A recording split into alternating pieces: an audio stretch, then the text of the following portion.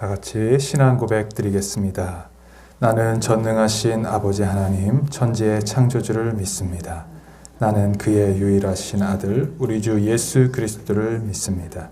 그는 성령으로 잉태되어 동정녀 마리아에게서 나시고 본디오 빌라도에게 고난을 받아 십자가에 못 박혀 죽으시고 장사된 지 사흘 만에 죽은 자 가운데서 다시 살아나셨으며 하늘에 오르시어 전능하신 아버지 하나님 우편에 앉아 계시다가 거기로부터 살아있는 자와 죽은 자를 심판하러 오십니다. 나는 성령을 믿으며 거룩한 공교회와 성도의 교제와 죄를 용서받는 것과 몸의 부활과 영생을 믿습니다. 아멘. 찬송가 303장 찬양하시겠습니다. 찬송가 303장입니다.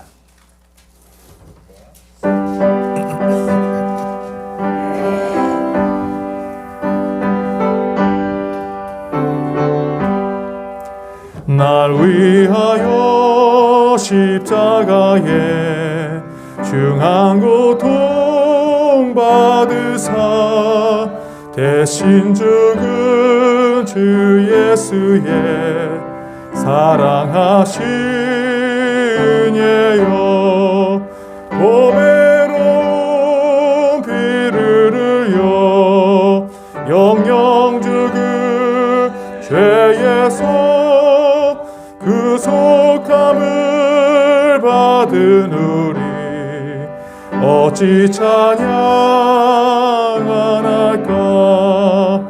예수 안에 있는 우리 한량없이 즐겁고 주 성령의 위로함이 마음속에 자도다. 천국 음악 소리 같은 은혜로운 그 말씀 끊임없이 듣는 우리 어찌 찬양 안 할까. 이 세상의 모진 풍파 쉬지 않고 불어도 주님 안에 보호받는 우리 마음 편하다. 늘 깨어서 기도하고 저 천국을 바라며 주님만을 기다리니 어찌 찬양 안 할까. 아멘. 오늘 함께 읽을 하나님 말씀 다니엘서 4장 19절에서 27절까지입니다. 다니엘서 4장 19절부터 27절까지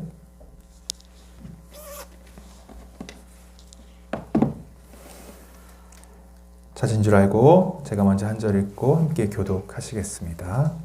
왕의 말이 끝났을 때에 일명 벨드사살이라고 하는 다니엘은 한동안 놀라서 몹시 당황하였다. 왕이 그에게 말하였다. 벨드사살아, 이 꿈과 그 해몽이 어떠하든지 번민하지 말아라. 벨드사살이 아뢰었다. 임금님, 이 꿈은 임금님의 원수들이 꾸었더라면 좋았을 뻔했습니다. 해몽도 임금님의 원수들에게나 해줄 수 있으면 좋겠습니다.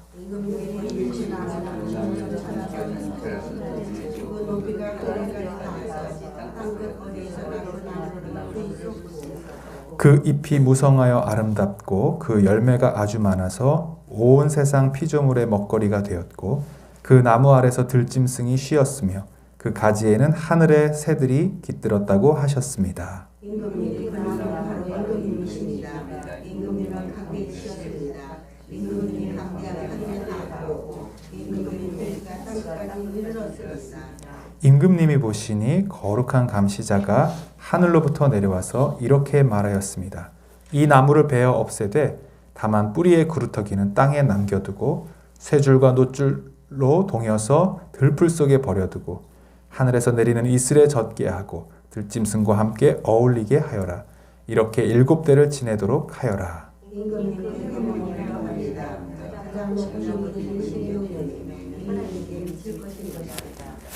임금님은 사람에게서 쫓겨나셔서 들짐승과 함께 사시며 소처럼 풀을 뜯고 하늘에서 내리는 이슬에 젖으실 것입니다. 이렇게 7대가 지나간 뒤에 임금님은 비로소 가장 높으신 분이 인간의 나라를 다스리신다는 것과 누구든지 그의 뜻에 맞는 사람에게 나라를 주신다는 것을 깨달으실 것입니다. 또 나무꾼의 굴토리라 남겨두라고 명령하신 것은 하나님이 세상을 다루신다는 것은 임금님이 깨달으시기 때문이에요. 임금님이 나라가 크게 된다는 뜻입니다. 다 같이 읽습니다. 그러니 임금님은 저의 조언을 받아주시기를 바랍니다. 공의를 행하셔서 임금님의 죄를 속하시고 가난한 백성에게 자비를 베푸셔서 죄를 속하시기를 바랍니다. 그렇게 하시면 임금님의 영화가 지속될 수 있을지도 모릅니다. 아멘. 오늘 이 새벽에도 하나님께서 예배하신 모든 은혜와 축복이 여러분 모두에게 함께 하시기를 축원합니다. 또한 온라인으로 예배하는 가정에도 동일한 은혜가 있기를 원합니다. 우리가 지금 다니엘서 4장을 함께 살펴보고 있습니다. 이 다니엘 4장은 좀 독특한 장입니다. 왜냐하면 다니엘서 전체는 다니엘의 시각에서 말하는 화자가 다니엘입니다. 근데 이 4장에 와서는 그 이야기를 하고 있는 화자가 다니엘이 아니라 느부갓네살 왕의 시점에서 느부갓네살 왕이 지금 이야기를 하고 있는 것입니다. 자기가 경험했던 하나님, 자기가 만난 하나님을 일종의 간증 형태로 지금 조서를 내려서 백성들에게 알게 하겠다라고 이야기하고 있습니다. 실제로 여러분 다니엘 2장, 3장에 걸쳐서 느부갓네살 왕은 하나님을 깨닫게 되는, 하나님을 알게 되는 그런 영적인 체험을 3번이나 하게 됩니다. 첫 번째는 그의 꿈을 해석하는 다니엘의 해석을 보면서, 해몽을 보면서 하나님의 살아계심을 느끼죠. 자기가 다니엘에게 꿈을 얘기하지 않았는데도 불구하고 다니엘은 그 꿈을, 느부갓네살 왕이 꾸었던 꿈을 맞출 뿐만 아니라 그 꿈을 해석하죠. 그래서 하나님을 알게 됩니다. 3장에서는 다니엘의 세 친구인 사드락, 메삭, 아벳느고가 풀무불에 들어가서도 그 몸이 타지 아니하고 죽지 않고 살아나오게 되는 이런 초자연적인 기적의 사건을 경험하게 됨으로써 이들을 구원하신 분이 하나님이시라는 것을 느부갓네살 왕이 깨닫게 되죠. 그러나 여전히 이런 놀라운 영적인 체험을 하고도 느부갓네살 왕은 하나님의 존재는 인식했을지 모르겠지만 그분이 자기가 섬겨야 할 하나님이시고 또 자기에게 권세와 권위를 주신 분이라는 것을 깨닫지 못했습니다. 그래서 오늘 이 4장에 나오는 사건을 통해서 느부갓네살은 그제서야 이제 하나님께서 온 세계의 주관자시요 또 그분의 나라가 영원한 나라고 그분의 통치가 대대에 이르게 된다라는 것을 깨닫고 그것을 고백하는 내용이 바로 4장에 나오는 것입니다. 자, 어떤 일이 있었습니까? 역시나 또 꿈을 꾸었죠. 근데 그 꿈이 범상치 않은 꿈이었습니다. 그래서 느부갓네살 왕이 고민하고 번민하였습니다. 이 꿈이 도대체 무엇을 의미할까? 그래서 온 나라의 지혜자들을 다 불러서 해석하게 했지만 아무도 그 꿈을 해석하는 사람이 없었습니다. 그 꿈 내용은 이제 어제 읽으셨던 말씀 가운데 함께 나오시는데 큰 나무 한 그루가 있었습니다. 그죠? 그리고 11절에 보면 그 나무가 견고하게 자라서 하늘에까지 이르게 되고요. 12절에 보면 그 나무는 아름답게 할 뿐만 아니라 그 모든 열매들을 만민이 모든 들짐승과 새와 육체들을 다 먹이는 큰 영향력을 갖는 나무가 되었다는 것을 보게 됩니다. 그런데 13절에 보면 거룩한 한 감시자가 하늘에서부터 와서 명령을 내리는데 어떤 명령이냐? 그 나무를 베어라. 그리고 그 가지를 다 꺾어버려라. 그런데 그 나무를 다 없애는 건 아니고 이제 16절의 말씀에 보면 그루터기를 남겨놔라. 그리고 16절에 보면 갑자기 이 나무가 사람같이 되어져 의인화가 됩니다. 그러면서 어떻게 됩니까? 사람의 마음이 아닌 짐승의 마음을 가지고 7해를 지나게 될 것이다 라는 이런 꿈을 꾸죠. 자, 이 이제 해석을 어떻게 하느냐? 오늘 읽으신 말씀 19절부터는 다니엘의 해석이 나오죠. 자, 한번 19절 같이 읽어보도록 하겠습니다. 시작. 왕의 말이 끝났을 때에 일명 벨드사살이라고 하는 다니엘은 한동안 놀라서 몹시 당황하였다. 왕이 그에게 말하였다. 벨드사살아, 이 꿈과 그 해몽이 어떠하든지 번민하지 말아라. 벨드사살이 아뢰었다. 임금님, 이 꿈은 임금님의 원수들이 꾸었더라면 좋았을 뻔했습니다. 해몽도 임금님의 원수들에게나 해줄 수 있으면 좋겠습니다. 지금 다니엘이 굉장히 당황했죠. 당황한 이유가 무엇입니까? 이 왕의 꾼 꿈의 내용이 왕의 미래에 일어날 안 좋은 일을 경고한 흉몽이었기 때문입니다. 그래서 이것을 어떻게 전해줘야 될지 당황하고 번민했던 것이죠. 그러자 느부갓네살 왕이 이 꿈의 해몽이 어떠하든지 그냥 그대로 이야기하고 걱정하지 말라고 이야기합니다. 자, 다니엘은 그래서 이 꿈을 해몽하기 전에 이 흉몽이 왕에게 이루어지기보다는 왕의 원수들에게나 이루어졌으면 좋겠다고 이야기합니다. 여러분, 여기서 우리가 두 가지 중요한 사실을 알 수가 있는데요. 첫 번째, 왜 하나님은 느부갓네살 왕에게 자꾸 이러한 꿈들을 꾸게 하시고 하나님을 경험할 수 있도록 하시는가 하는 것입니다. 흔히 우리가 생각할 때 느부갓네살 왕은 이스라엘의 적국의 수장입니다. 지금 이 바벨론은 하나님의 백성들, 하나님의 선택한 이스라엘을 공격하고 성전을 파괴한 대적입니다. 하나님을 대적하는 원수들이라고 할 수 있습니다. 그러면 여러분, 이 느부갓네살 왕은 하나님의 진노와 심판을 받아 마땅하다고 우리가 생각할 수 있죠. 그래서 이 꿈의 결과가 이제 하나님의 심판이 내리시나 보다라고 생각할 수 있습니다. 자, 그런데 하나님의 의도는 느부갓네살 왕을 심판하고 멸망하는 데 있지 않았다는 것을 지금 우리는 알 수 있습니다. 오히려 하나님께서는 이 느부갓네살 왕이 하나님을 깨닫게 되고 또 회개하게 되고 하나님에 대한 믿음을 갖기 원하신다는 것을 보게 됩니다. 그게 목적이라는 것이죠. 그 내용이 27절에도 오늘 우리 마지막 읽었던 27절에도 나오죠. 왜 이런 꿈을 꾸게 하셨는가? 다니엘을 통해서 경고하시는 겁니다. 27절 한번 읽어볼까요? 시작. 그러니 임금님은 저의 조언을 받아주시기를 바랍니다. 공의를 행하셔서 임금님의 죄를 속하시고 가난한 백성에게 자비를 베푸셔서 죄를 속하시길 바랍니다. 그렇게 하시면 임금님의 영화가 지속될 수 있을지도 모릅니다.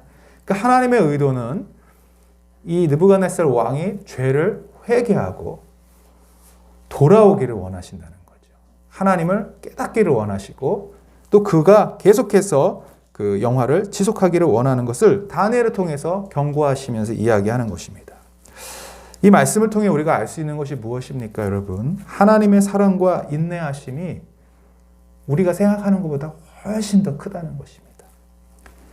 흔히 우리가 강팍한 사람을 생각할 때, 저 사람은 절대로 하나님을 믿을 것 같지 않아. 저 사람은 정말 다른 사람은 몰라도 저 사람만큼은 복음을 받아들이지 않을 것 같아 라고 하는 사람들도 있습니다만, 하나님께서는 그런 불가능해 보이는 사람일지라도 여전히 그를 사랑하시고 그를 구원하기를 원하신다는 것입니다. 비견할 수 있는지 모르겠지만 우리나라의 박정희 대통령도 하나님을 믿지 않았던 것으로 우리가 알 수 있습니다. 또 굉장히 카리스마가 있던 지도자였죠. 그런데 그가 생전에 하나님을 믿을 수 있는 그런 기회들, 또 복음을 전해드릴 수 있는 기회들이 꽤 여러 번 있었다고 합니다. 예전에 나사렛 대학교 부총장을 지내고 육군 사관학교를 졸업했던 군사 전문가 노병천 장로님이라는 분이 있어요. 이분이 간증을 하셨는데 아주 젊었을 때 이제 군사 교관으로 육군 사관학교에 우연히 그 대통령 아들이었던 박지만 씨의 그 지도 교관이 됐다고 합니다. 그래서 그것이 인연이 되어가지고 박지만 군을 전도하게 됐고 그곳에서 계속해서 복음을 전하게 됐습니다. 그러던 가운데 그게 인연이 돼가지고 박정희 대통령의 부름을 받고 청와대에서 오찬을 하게 됐다고 합니다. 이때 그 노병천 소위 아주 어린 나이에도 불구하고 대통령을 꼭 전도해야겠다 그 마음을 갖고 죽으면 죽으리라 하는 마음으로 이제 식사를 하는 가운데 대통령이 자네는 원하는 게 뭔가 또 바라는 게 뭔가 소원이 뭔가 이런 말을 할 기회가 있다고 합니다.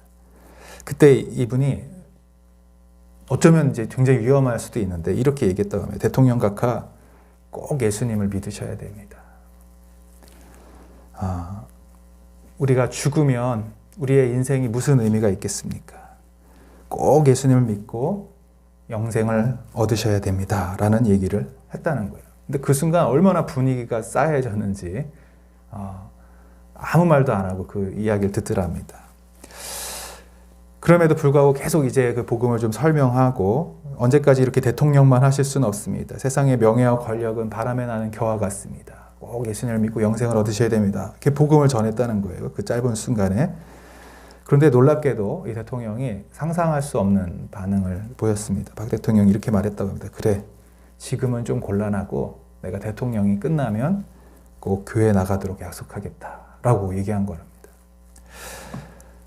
여러분 잘 아시지만 물론 안타깝게도 박 대통령은 결국 교회에 또 나가지 못하고 그로부터 3개월 뒤에 굉장히 비극적인 운명을 맞게 됐습니다. 근데 나중에 알게 된 더 놀라운 사실은 뭐냐면 이분이 전도하기 한 몇 주 전에 박정희 대통령께서 그 미국의 지미 카터 대통령을 만났다고 합니다.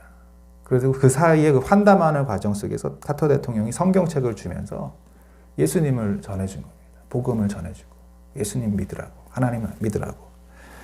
근데 그 순간에는 굉장히 불쾌해 여기고 대통령이 화가 났다고 전해드리는 얘기는 그렇습니다. 그래서 받아들이지 않았습니다. 그런데 그 몇 주 뒤에 또 아무 권력도 없는 그냥 젊은 소위가 와서 자기를 예수님을 믿으라고 할 때 대통령의 마음이 움직인 거죠.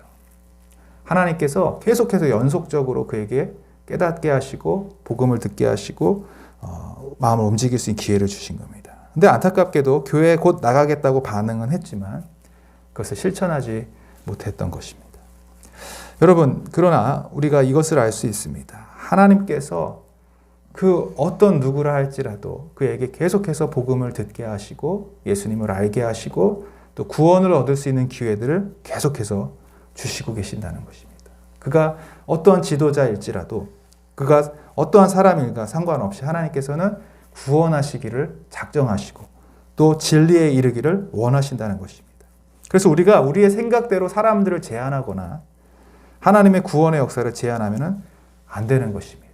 끝까지 우리는 우리의 의무는 무엇입니까? 사명은 무엇입니까? 포기하지 말고 누군가의 구원을 위하여 복음을 전하기 위하여 기회를 찾고 기도해야 된다는 것입니다. 이러한 점에서도 다니엘도요. 역시나 하나님의 마음을 가지고 느부갓네살 왕을 대했습니다. 그 왕이 하나님을 모르는 불신앙자였고 또 심지어는 자기의 부모들을 죽이고 또 온 민족을 포로로 삼은 악랄한 왕이었지만 그는 왕의 불길한 미래의 운명 앞에서 하나님의 마음을 가지고 그가 하나님 앞에 돌아오길 바랬고 그 일이 불길한 일이 일어나지 않기를 존경하는 마음을 담아 전하고 있었습니다. 자, 이제 그 20절부터 22절까지는 그 꿈의 내용을 요약하고 있는 장면이 나오죠. 한번 우리 읽어보도록 하겠습니다. 20절, 21절까지 한번 읽어보겠습니다. 시작. 임금님이 보신 그 나무는 점점 자라서 튼튼해지고 그 높이가 하늘에까지 닿아서 땅끝 어디에서나 그 나무를 볼 수 있었고 그 잎이 무성하여 아름답고 그 열매가 아주 많아서 온 세상 피조물의 먹거리가 되었고 그 나무에서 짐승들이 쉬었으며 그 가지에는 하늘의 새들이 깃들었다고 하셨습니다. 네. 여기 그 11절, 12절에 나온 내용과 똑같은 내용입니다. 일치하는 내용이죠. 그런데 이 나무가 무엇을 상징합니까? 22절에 나오듯이 바로 느부갓네살 왕을 상징한다는 것입니다. 자, 22절 읽습니다. 시작. 임금님, 그 나무는 바로 임금님이십니다. 임금님은 강대해지셨습니다. 임금님의 강대함이 하늘에 닿았고 임금님의 통치가 땅끝까지 이르렀습니다. 그렇습니다, 여러분. 바벨론 제국이 엄청난 강력한 위세를 뻗쳐갔고 느부갓네살 왕은 이 통치력, 누구도 따라할 수 없는 그리고 누구도 이길 수 없는 그 강력한 힘을 발휘했습니다. 근데 계속 교만해지는 것이죠. 그리고 자기에게 주어지는 권세가 어디로부터 주어지는지를 알지 못했습니다. 그러자 23절에 어떻게 내용이 나옵니까? 23절 읽습니다. 시작. 임금님이 보시니 거룩한 감시자가 하늘로부터 내려와서 이렇게 말하였습니다. 이 나무를 베어 없애되 다만 뿌리의 그루터기는 땅에 남겨두고 세 줄과 노줄로 동여서 들풀 속에 버려두고 하늘에서 내리는 이슬에 젖게 하고 들짐승과 함께 어울리게 하였다. 그리고 이렇게 7대를 지내도록 하여라. 네. 하늘에서 감시자가 내려왔다고 합니다. 그리고 이 나무를 베어버리라고 했고 세 줄과 노줄로 묶어서 들풀 속에 버려두라.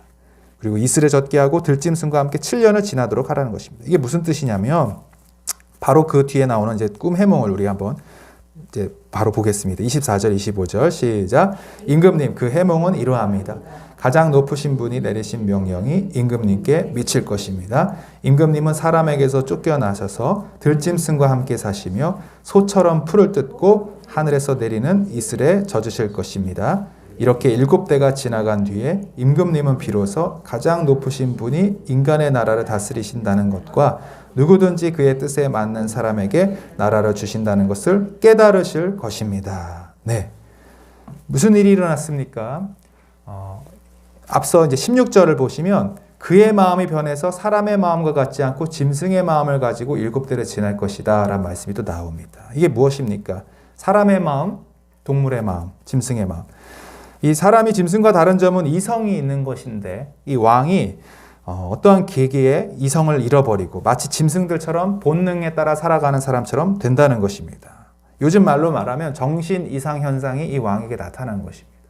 그래서 멀쩡했던 왕이 어느 순간 갑자기 이상한 생각을 하게 되고 짐승처럼 행동하게 되고 더 이상 왕으로서 통치할 수 없는 그런 상황이 된 것입니다. 그래서 천하를 호령하고 엄청난 권세를 가졌던 이 느부갓네살 왕이 한순간에 쫓겨나게 되고 왕의 권좌에서 내려오게 되고 짐승처럼 들에서 이슬비를 맞고 살아가는 처지가 되어진다는 것입니다. 이제 4장 후반에 보면 그런 내용이 직접적으로 이루어지는 것을 볼 수 있습니다. 여러분, 이러한 일을 통해서 하나님은 무엇을 깨닫게 하시려고 하셨습니까? 여기 25절에 나오죠. 첫 번째로 하나님이야말로 가장 높으신 분이며 인간의 나라를 다스리신다는 것. 이것을 깨닫게 하시려는 겁니다. 두 번째, 하나님이 그의 뜻에 맞는 사람에게 나라를 주신다는 것. 이제 후반절에 보면은 느부갓네살 왕이 굉장히 교만해집니다. 자신이 이룬 큰 나라를 바라보면서 높은 마음을 갖는 그 순간에 그가 이성을 잃어버리고 짐승처럼 변하는 그런 사건이 일어나는 것이죠. 하나님께서는요, 이 느부갓네살 왕을 통해서 우리에게 말씀하시는 것이 있습니다. 우리가 가진 권세, 능력, 지혜, 건강, 이 모든 것이 어디로부터 오는지 깨달아야 한다는 것입니다. 누가 주십니까? 오직 하늘의 하나님, 가장 높으신 그분이 이 모든 것을 주시는 것입니다. 이 권세자를 우리가 잊어버릴 때, 이 진짜 권세가 누구에게로부터 오는 것을 잊을 때 그가 갖고 있는 권세는 사라지게 된다는 것을 말씀하시는 겁니다. 하나님께서는 비록 그가 하나님을 알지 못하는 왕이었지만 여러 가지 사건과 기적들을 통해서 오직 하나님만이 그를 세우신다. 그가 갖고 있는 모든 권세를 주신 분이 하나님이시라는 것을 깨닫게 하시고 알게 하시는 것입니다. 그래서 나무를 온전히 베지 말고 이제 그루터기를 남겨놓으라고 하신 것은 하나님께서는 이 느부갓네살 왕을 심판하고 멸하시려는 것이 아니라 다시 회복시키시고 또 깨닫게 하시고 또 다시 하나님을 인정하는 삶을 살게 하시려는 그 하나님의 섭리가 담겨 있다고 할 수 있는 것입니다. 우리 26절, 27절을 한번 읽어보도록 하겠습니다. 시작. 또 나무 뿌리에 그루터기를 남겨두라고 명령하신 것은 하나님이 세상을 다스리신다는 것을 임금님이 깨달으신 다음에야 임금님의 나라가 굳게 선다는 뜻입니다. 그러니 임금님은 저의 조언을 받아주시기를 바랍니다.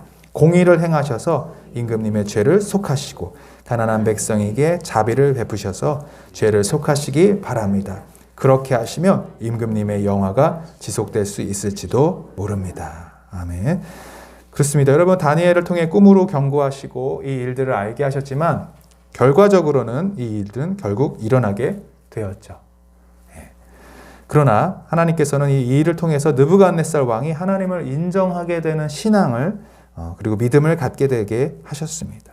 하나님께서는 역사의 주관자가 되심을 여러분 믿으시기 바랍니다. 또한 하나님께서 우리의 삶에 일어나는 모든 일들을 세밀하게 간섭하시는 분이시라는 것을 오늘 이 말씀을 통하여 알려주시는 것이죠. 지금 이 코로나 상황에서도 여전히 하나님은 이 세계를 다스리시고 주관하시고 계십니다. 우리가 이 믿음을 가져야 됩니다. 이 모든 해결책도 결국 누구로부터 옵니까? 하나님으로부터 온다는 것입니다. 또한 우리에게 말씀하시는 것이 무엇입니까? 믿지 않는 자들, 강팍한 마음을 갖고 신앙을 거부하는 사람들일지라도 하나님은 계속해서 사람들을 보내셔서 그를 구원하기를 원하시고 깨닫게 하기를 원하시고 돌이키기를 원하신다는 것입니다. 또 중요한 건 무엇입니까? 그 일에 다니엘을 사용하시듯이 우리 한 사람 한 사람을 사용하신다는 것입니다. 여러분, 그래서 우리가 오늘 말씀을 통해 깨달을 것이 두 가지인데요. 첫 번째는 하나님만이 모든 것을 다스리신다. 하나님의 모든 권세, 사람에게 주시는, 나라에게 주시는 모든 권위와 권세, 능력, 그것은 오직 하나님으로부터 온다는 것과, 두 번째는 우리가 구원하지 못할 영혼이 없다라는 것. 그래서 우리가 끝까지 포기하지 말고 계속해서 기도하고 복음을 전하고 구원을 위하여 기도해야 된다는 것, 이 두 가지를 오늘 말씀을 통해 깨닫게 되시기를 주님의 이름으로 축복합니다. 우리 같이 기도하겠습니다. 하나님 아버지, 감사합니다. 오늘도 이 귀한 새벽 말씀을 통하여 저희들에게 말씀하여 주시고, 오직 하나님만이 이 모든 상황 속에 역사하시고 주관하시고 또 주권자로 인도하신 하나님이심을 깨닫게 하심을 감사합니다. 또한 느부갓네살 왕 같은 강팍한 왕일지라도 하나님께서는 여러 차례 기회를 주시고 사랑으로 인도하시며 돌이키게 하시기를 원하신 하나님이시라는 것을 깨닫게 하시니 감사합니다. 특별히 코로나 상황 속에서 이 말씀을 우리의 삶에 적용해 보기를 원합니다. 하나님, 두려워하거나 위축되지 않게 하여 주옵시고, 하나님께서 이 모든 상황을 주관하고 계심을 믿고 우리가 회개함으로 또 하나님의 뜻을 깨달음으로 이 모든 상황들이 빨리 종식될 수 있도록 인도하여 주시옵소서. 여전히 구루터기를 남겨놓으시는 하나님, 우리에게 기회와 회복의 하나님 상황들을 허락하여 주옵시고 다시 일으키시고 돌아오게 하기를 원하시는 주님이신 줄로 믿습니다. 이 모든 상황 속에서 하나님의 뜻이 무엇인지 분별할 수 있도록 또 그 뜻을 따라 순종할 수 있는 저희들 되게 하여 주시옵소서. 특별히 코로나 시간을 겪는 가운데에 여러 가지 경제적인 어려움을 겪고 있습니다. 많은 힘든 일들이 많습니다. 주님, 굽어 살펴주시고 긍휼히 여겨주셔서 이 모든 상황들을 잘 인내하게 하시고 잘 견딜 수 있도록, 또는 하나님의 공급하심을 경험할 수 있는 귀한 시간 되게 하여 주옵소서. 무엇보다 우리의 믿음이 연약해지지 않도록 도와주시옵시고 하나님과의 관계를 최우선으로 여기며 우리의 신앙을 잘 지켜나갈 수 있는 시간들 되게 하여 주시옵소서. 특별히 물질로 어려울 뿐만 아니라 육체적으로 하나님 질병으로 인하여 힘겨워하는 우리 많은 성도님들 주님께서 기억하여 주옵시고, 특별히 주님의 치유의 능력을 바라여 주셔서 회복되게 하시고 고쳐주시고, 오늘도 주님의 피 묻은 손으로 안수하여 주셔서 여호와 라파 치유의 하나님을 경험할 수 있도록 은혜를 베풀어 주시옵소서. 하나님, 세계에서 또 선교하시는 우리 선교사님들, 하나님 어렵고 힘든 시간들을 지내오고 있는데 인내함으로 또 승리함으로 아버지 주님, 기도의 모든 기도를 통하여 이 상황들을 잘 극복하여 나가실 수 있도록 인도하여 주시옵소서. 특별히 무엇보다 우리 태장교회를 사랑하여 주셔서 우리에게 맡겨주신 주님 귀한 복음 증거의 사명을, 세계 선교의 사명을 잘 감당하는 교회 되게 하여 주옵시고, 특별히 지역사회의 귀한 사랑의 영향력들을 나타낼 수 있는 우리 교회가 될 수 있도록 축복하여 주시옵소서. 우리 다음 세대들을 위하여 기도합니다. 우리 어린 자녀들 어려서부터 주님 믿음을 갖고 잘 성장할 수 있도록 도와주시옵시고, 학교에서도 또 하나님 주님의 말씀으로 하나님 잘 양육되어질 수 있도록 도와주시옵시며, 믿음을 가지고 온전히 하나님 다음 세대들이 주님의 나라의 영광을 아름답게 세워나갈 수 있는 귀한 믿음의 자녀들 다 될 수 있도록 도와주시옵소서. 오늘도 여러 가지 기도 제목을 가지고 주님 앞에 나왔습니다. 우리의 간구를 들어주시옵시며 우리의 모든 기도의 제목에 응답하여 주시옵소서. 감사하며 예수 그리스도의 이름으로 기도하옵나이다. 아멘. 하늘에 계신 우리 아버지, 아버지의 이름을 거룩하게 하시며 아버지의 나라가 오게 하시며 아버지의 뜻이 하늘에서와 같이 땅에서도 이루어지게 하소서. 오늘 우리에게 일용할 양식을 주시고 우리가 우리에게 잘못한 사람을 용서하여 준 것 같이 우리 죄를 용서하여 주시고 우리를 시험에 빠지지 않게 하시고 악에서 구하소서. 나라와 권능과 영광이 영원히 아버지의 것입니다. 아멘. 계속해서 기도하시겠습니다.